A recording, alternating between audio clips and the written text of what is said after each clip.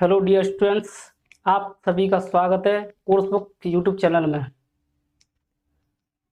मैं आपका नवनीत भाई फिजिक्स का लेक्चर नेक्स्ट ले गया है। इससे पहले हमने कुछ क्वेश्चन कराए हैं वैद्युत चालन वाले टॉपिक से। जैसे हमने उसमें कुछ कुछ चीज़ें कवर की है, तो उसके बारे में थोड़ा सा रिपीट कर लेते हैं कि हमने क्या क्या चीज़ पढ़ी है। हमने पढ़ा है अपवाह वेग,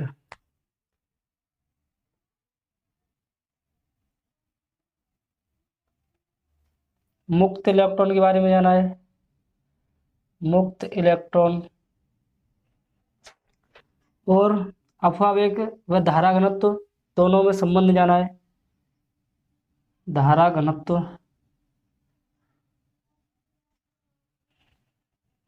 यानी कि अफवाह वेग अलग से पढ़ा है, ड्रिफ्ट वेलोसिटी या अनुगमन वेग, इसके बारे में जाना है। मुक्त इलेक्ट्रॉन के बारे में जाना है कि मुक्त इलेक्ट्रॉन क्या होते हैं, और धारा घनत्व इसके बारे में भी जाना है।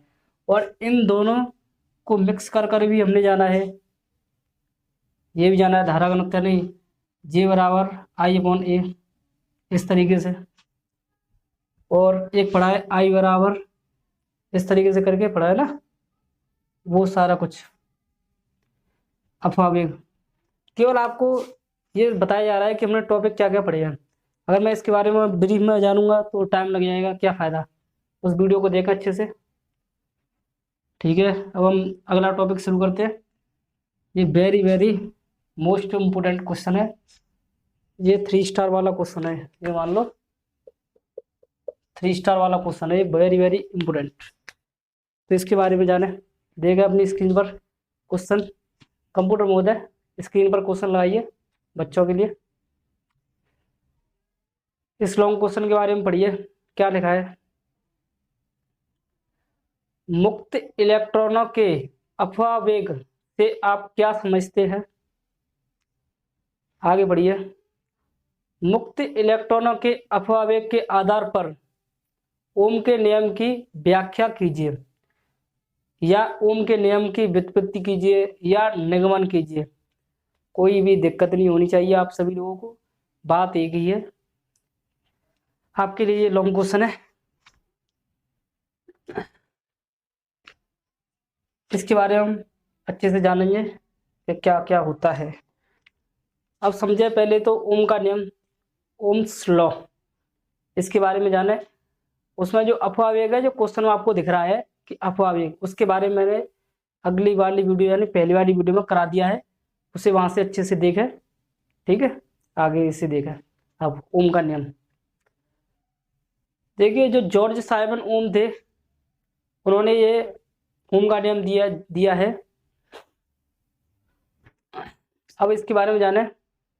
यदि किसी चालक की, देखें अपनी स्क्रीन पर, देखें यहाँ पर, यदि किसी चालक की भौतिक अवस्था जैसे ताप में कोई परिवर्तन न हो तो उसके सिरों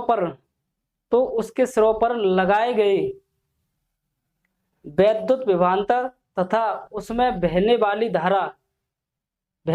वैद्युत धारा का अनुपात नियत होता है।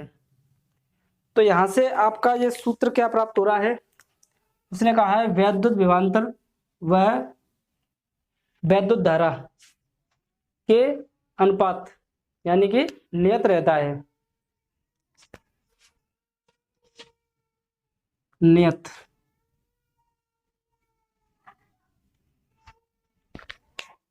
अब पढ़े आगे। इसमें आप इस तरीके से ये पूरा ओम का नियम में ये लिख सकते हैं।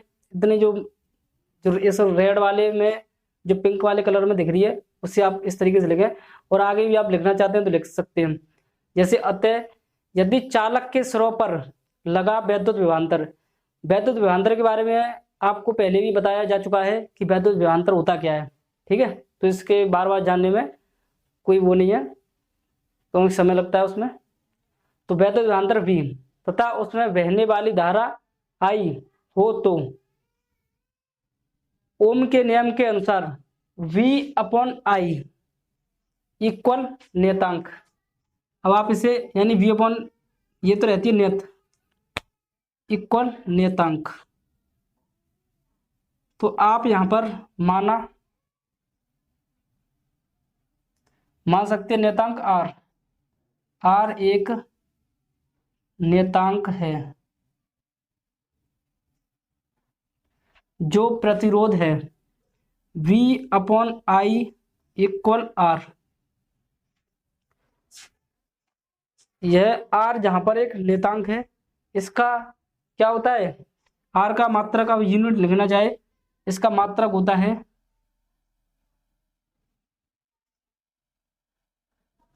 ओम।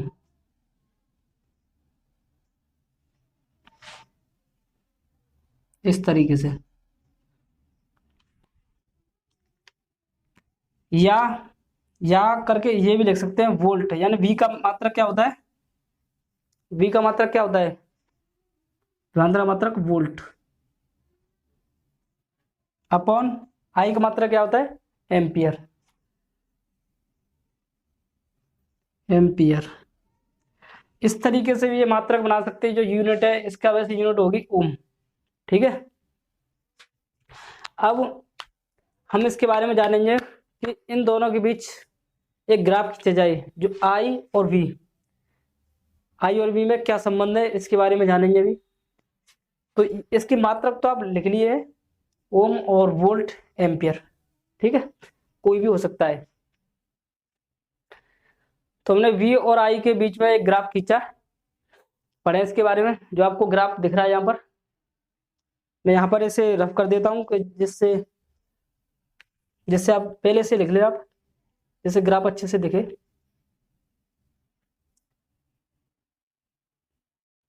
ठीक है, तो देखें इस ग्राफ को, आई वर्टिकल लाइन में है और वी इस तरीके से बेस वाली लाइन में।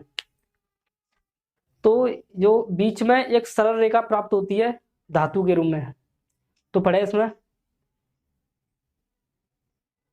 ओम के नियम के अनुसार यदि लगाए गए वैद्युत विभवांतर V तथा चालक में प्रवाहित वैद्युत धारा I, यानी हमने उसे वैद्युत विभवांतर दिया और धारा I के बीच एक ग्राफ खींचा है, तो उसमें एक सरल रेखा प्राप्त होती है। ये आपको चित्र में दिख रहा है और ये वही भाषा इसमें लिख रही है, आप देख सकते हैं इसमें। और ओम का नियम केवल धातु चालकों के लिए ही सत्य है। यहाँ पर ये बात को ध्यान रखें कि ये क्वेश्चन आपके बहुविकल्पी ऑब्जेक्टिव क्वेश्चन में पूछा जाता है कि ओम का नियम केवल किसके लिए सत्य है, तो आप लिख सकते हैं धातु चालकों के लिए सत्य है। ठीक है, अब हम पढ़ेंगे आगे जो मैंने क्वेश्चन दिखाया था कि अपवावेग के आधार पर ओम के नियम की व्युत्पत्ति। अभी यहाँ तक है, इसे अच्छे से देखें क्योंकि वो क्वेश्चन बहुत बड़ा है, तो उसे पूरा सॉल्व करके, ठीक है, करें।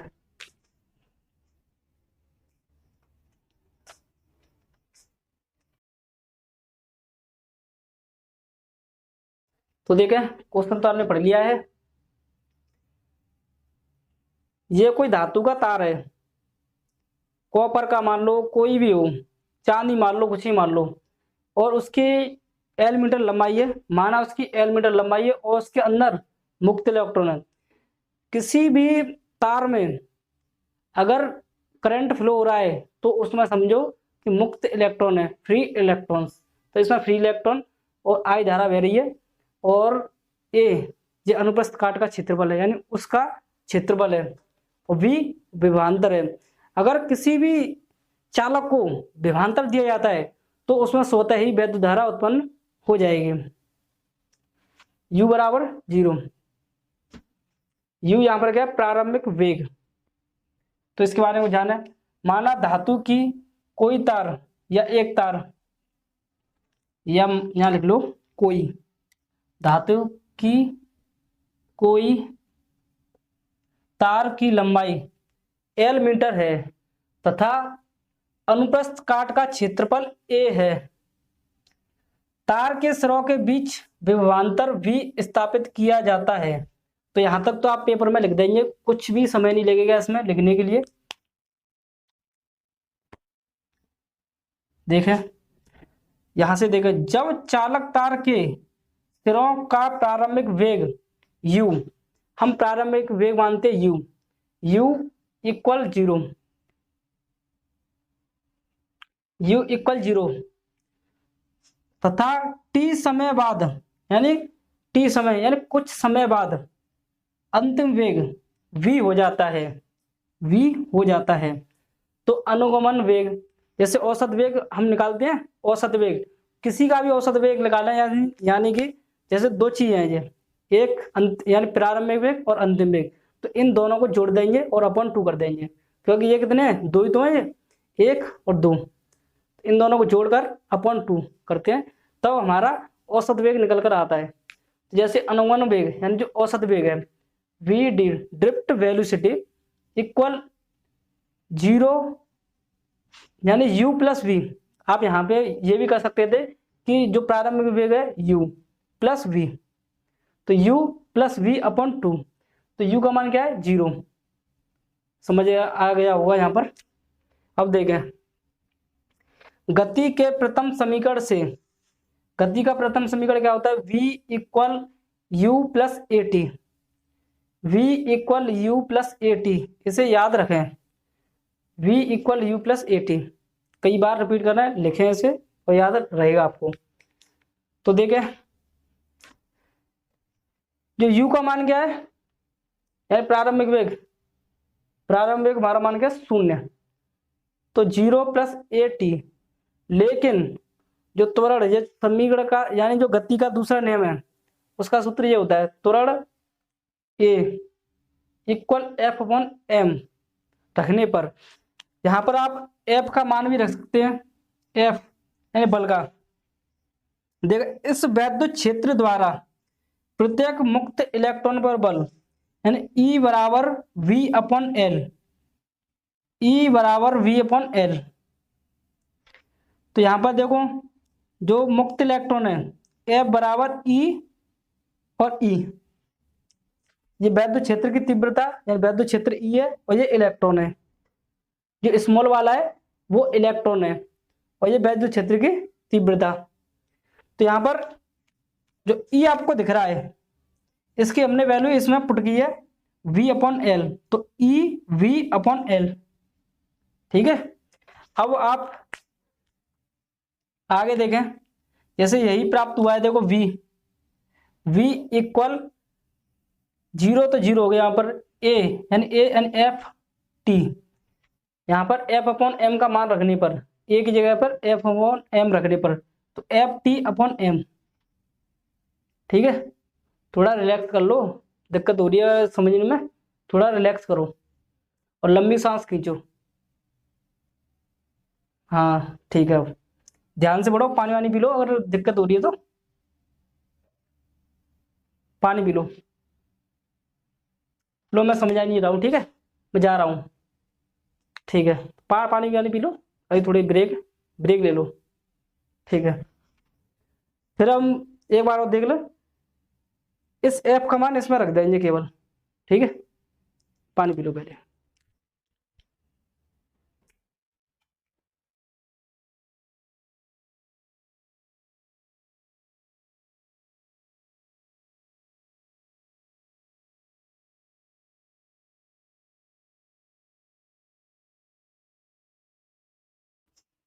चलो करो आगे।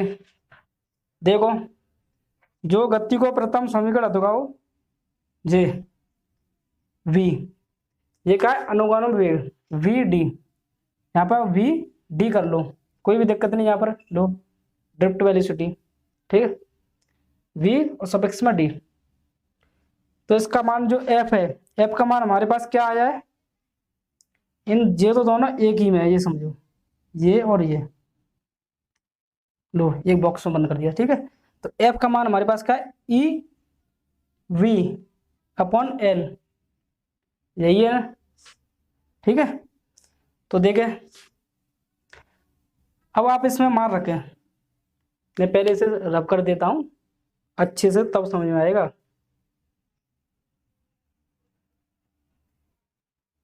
धीरे धीरे से मेरे समझ में आएगा।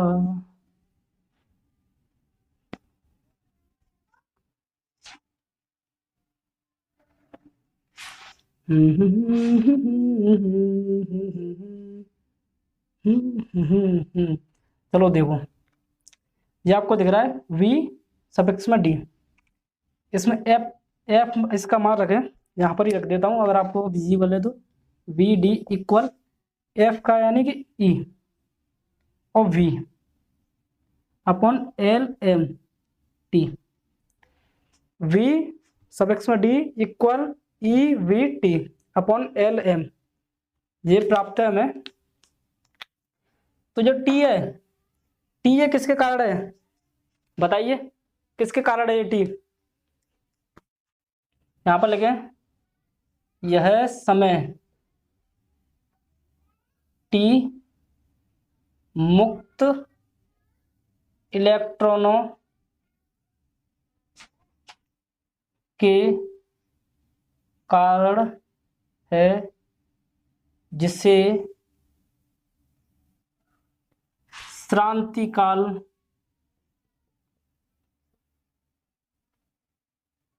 श्रांतिकाल रिलैक्सेशन टाइम होता है ये इंग्लिश में, जान दे तो रिलैक्सेशन टाइम, इसे टॉ कहते हैं।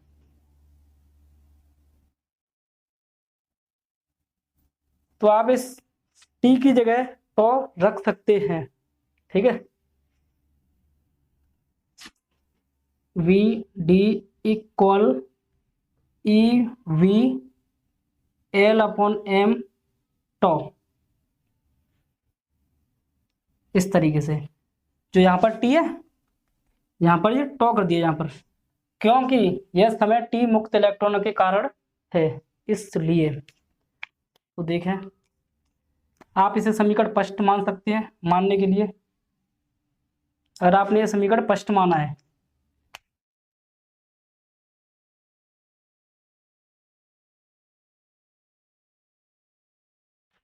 देखें, जो वी डी जो ड्रिफ्ट वेलोसिटी है, इसका मान रखें आप वी डी, ये सफिक्स में डी, इसका मान क्या होगा आई अपॉन ए एन ई, ये इसका मान होता है। इसका मान इसमें पुट करेंगे तो I upon A N E equal E V upon L M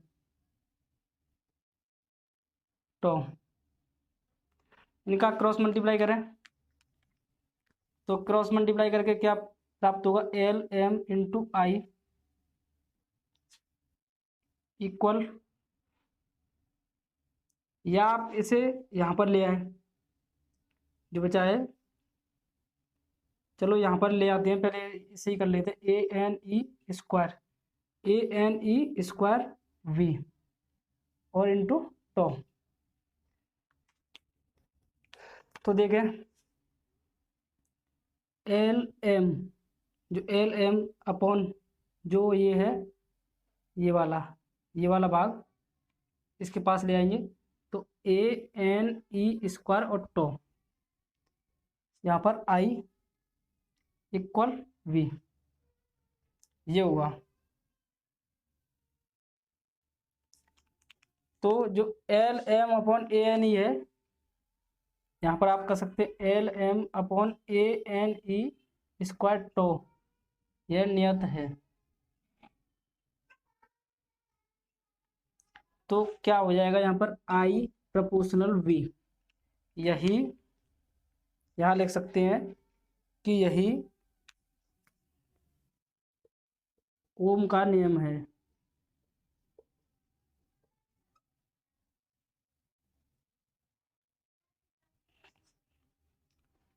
अगर आपको इस प्रश्न में कोई भी प्रॉब्लम हो रही है तो हमें कमेंट करें और हम आपकी प्रॉब्लम का समाधान करेंगे। तो ठीक है, नमस्कार। इस क्वेश्चन को ध्यान से देखें।